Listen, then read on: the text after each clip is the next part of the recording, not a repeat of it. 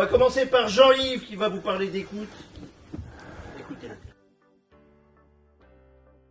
La révolution de l'écoute. On est le 28 octobre 2003. Je suis en soins intensifs à l'hôpital. Ça fait 4 mois qu'elle lutte pour vivre. Mais ce 28 octobre, c'est un petit peu particulier. J'ai pas envie de parler. Je sens il faut que je me taise et que j'écoute. Je me retourne vers Michel et je lui dis « Michel, tu peux partir, je m'occuperai bien des enfants. » Et puis 1 heure après, on m'appelle pour me dire que Michel est décédé. Et ce que j'ai compris, l'écoute libère, et peut-être que l'écoute libère encore mieux que la parole. Bonjour, je m'appelle Jean-Yves Reynaud, je suis coach professionnel. Ça fait 15 ans que j'accompagne des managers, des dirigeants, des équipes, des organisations pour qu'ils mettent en œuvre tout leur potentiel, mettent en action tout leur potentiel. Donc Thich Nhat Hanh dit que écouter, c'est un acte d'amour. C'est le plus beau cadeau que vous pouvez faire à quelqu'un. Dans 2 tiers des cas, le fait de ne pas s'écouter, de s'oublier, c'était une des raisons majeures de l'échec.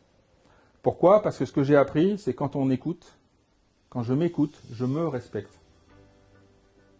Je me respecte. Donc respectez-vous de temps en temps, posez-vous, écoutez votre intuition, faites-vous confiance, respectez-vous.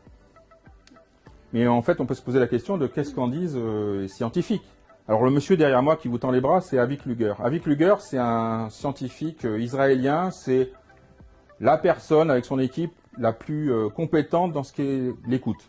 Donc Avik Luger, il a fait plein d'études. Il y en a la dernière qu'il a faite cet été. Il a pris 400 000 observations et il a montré que si mon manager m'écoute vraiment, je suis meilleur et plus heureux.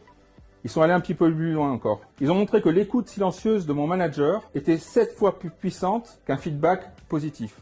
Toute personne qui a été écoutée a envie d'écouter l'autre. Ce que vous voyez derrière, c'est une confiture de bons moments. Ce que je vous invite à faire, c'est que chaque fois que vous écoutez quelqu'un ou que vous êtes écouté, de marquer sur un bout de papier ce que vous avez ressenti et de le mettre dans ce pot de confiture. Et de temps en temps, je vous invite à goûter cette confiture et à relire ces mots et ça fait énormément de bien. Voilà, je vous remercie de m'avoir écouté. Merci.